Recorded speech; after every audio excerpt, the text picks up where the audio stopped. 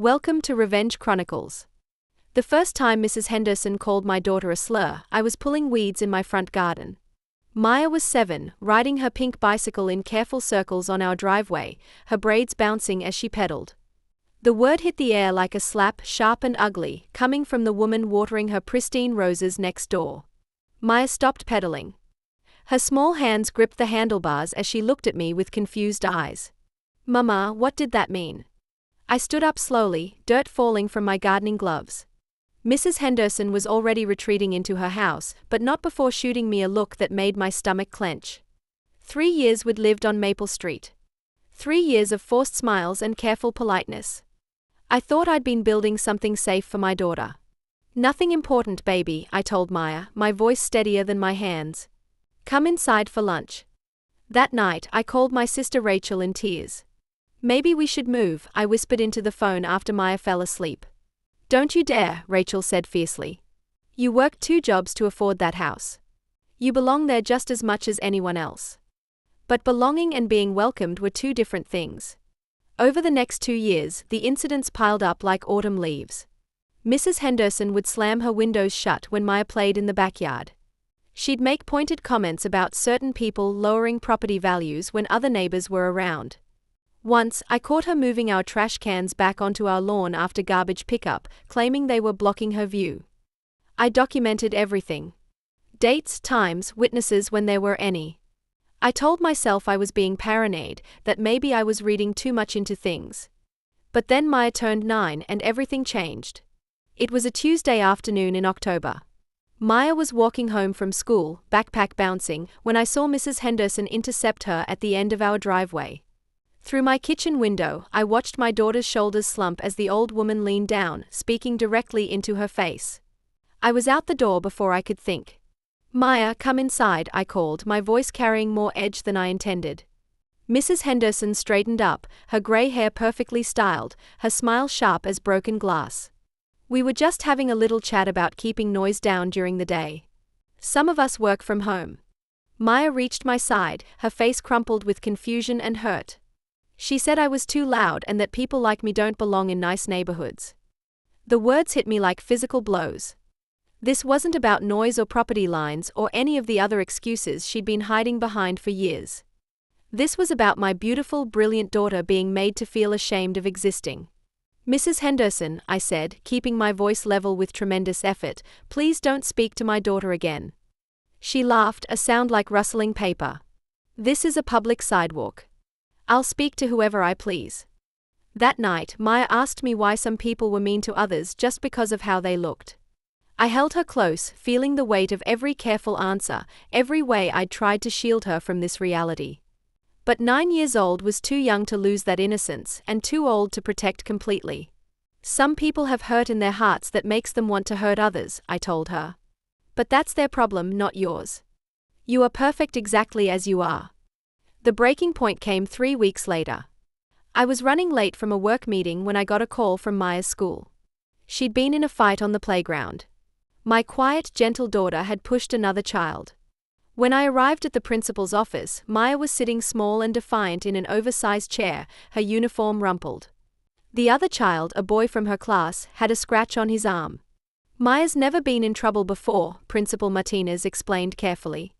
"But Tommy says she pushed him for no reason." "That's not what happened," Maya said quietly, looking at her hands. I knelt beside her chair. "Tell me what really happened, baby." Maya's voice was barely a whisper. "Tommy said his mom told him that black people like us make neighborhoods dangerous. He said maybe that's why Mrs. Henderson doesn't like us. He said maybe we should move somewhere with more people like us." The principal's face went pale. "Oh my goodness. Tommy, is this true?" The boy squirmed in his seat. "My mom says lots of things." Walking home that day, Maya's hand in mine, I made a decision that had been building for 2 years. No more documenting. No more careful politeness. No more protecting my daughter by teaching her to make herself smaller. "Maya," I said as we turned onto Maple Street, "starting tomorrow, things are going to be different." That evening, I called the Fair Housing office downtown. Then I called the local chapter of the NAACP. I called Channel 7 News. I pulled out my folder of documentation, 2 years of careful notes and dates and witness accounts. But most importantly, I called every neighbor on our street. The conversation with the Johnsons next door was enlightening. "We've seen how she treats you," Mrs. Johnson admitted quietly. "We should have said something. We didn't want to get involved." The Garcias 3 houses down had noticed too. "She makes comments about your daughter's music being too loud, but the Thompson kids are twice as noisy and she never says anything to them." One by one, I realized that Mrs. Henderson's behavior hadn't gone unnoticed. People had seen, but no one had wanted to be the first to speak up. I gave them the chance. The neighborhood meeting was on a Thursday evening in the community center down the street. I'd posted flyers, made calls, and sent emails. When Mrs. Henderson walked in and saw the packed room, her confident demeanor flickered. I stood up at the front, Maya beside me in her best dress. My daughter had asked to come to face this head-on, and I wasn't going to tell her no. "Thank you all for coming," I began, my voice steady despite my racing heart. "We are here to talk about making our neighborhood a place where every child can feel safe and welcome." I read from my documentation. Dates, incidents, the progression of harassment over 2 years. I shared what Maya had experienced at school, the way playground bullying was connecting to adult prejudice in our own community. Mrs. Henderson stood up halfway through. "This is ridiculous. I've never done anything wrong. Some people are just too sensitive." "Sensitive?" The voice came from Mrs. Garcia, who rarely spoke at community events. "You told my Maria that she should teach her children to speak English at home because this is America. My husband was born in Texas." More voices joined in. The Patels shared their own experiences. The Kellys talked about comments made about their adopted son. One by one, neighbors who had stayed silent found their voices. Mrs. Henderson left before the meeting ended. The next morning, Channel 7 News was in my driveway. The reporter, a young black woman named Alicia, interviewed me while Maya got ready for school. We talked about systemic racism in suburban communities, about teaching children to stand up for themselves and others. "What do you want people to take away from your story?" Alicia asked. I looked through our front window at Maya's bicycle in the driveway, at the garden I'd planted with my own hands, at the house I'd worked so hard to afford. "That we belong here," I said simply. "That every child deserves to ride their bike in their own driveway without being made to feel ashamed of who they are." The story aired that evening.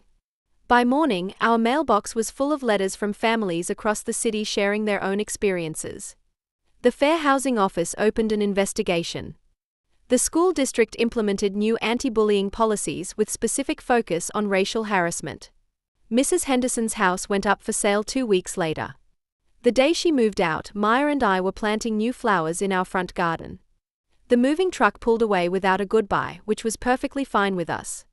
"Mama," Maya said, patting soil around a bright yellow marigold, "do you think she'll be mean to kids at her new house?" I considered this carefully. "I hope not, baby.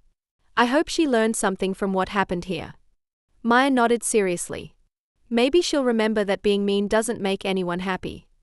That afternoon, the new neighbors introduced themselves. The Washingtons were a young couple with twin toddlers who immediately loved Maya's bicycle. Mrs. Washington brought us homemade cookies and asked if Maya would be interested in babysitting when she got older. Standing on my front porch, watching Maya teach the twins how to ring her bicycle bell, I felt something I hadn't experienced in years. Peace. The deep, settling peace that comes from standing up for yourself and the people you love. 6 months later, Maya started a kindness club at school. She teaches other kids about including everyone and speaking up when they see bullying. She's confident and proud and unafraid to take up space in the world. Sometimes I think about Mrs. Henderson's words, about people like us not belonging in nice neighborhoods. She was wrong about so much, but especially about that. We don't just belong here. We've made this place better by being in it. Thank you for watching this entire story, and I hope it reminds you that standing up for what's right, especially when it comes to protecting our children, is always worth it. If this resonated with you, please subscribe to Revenge Chronicles for more stories of people finding their strength and fighting back against injustice. Your support means everything as we share these powerful journeys of transformation and triumph.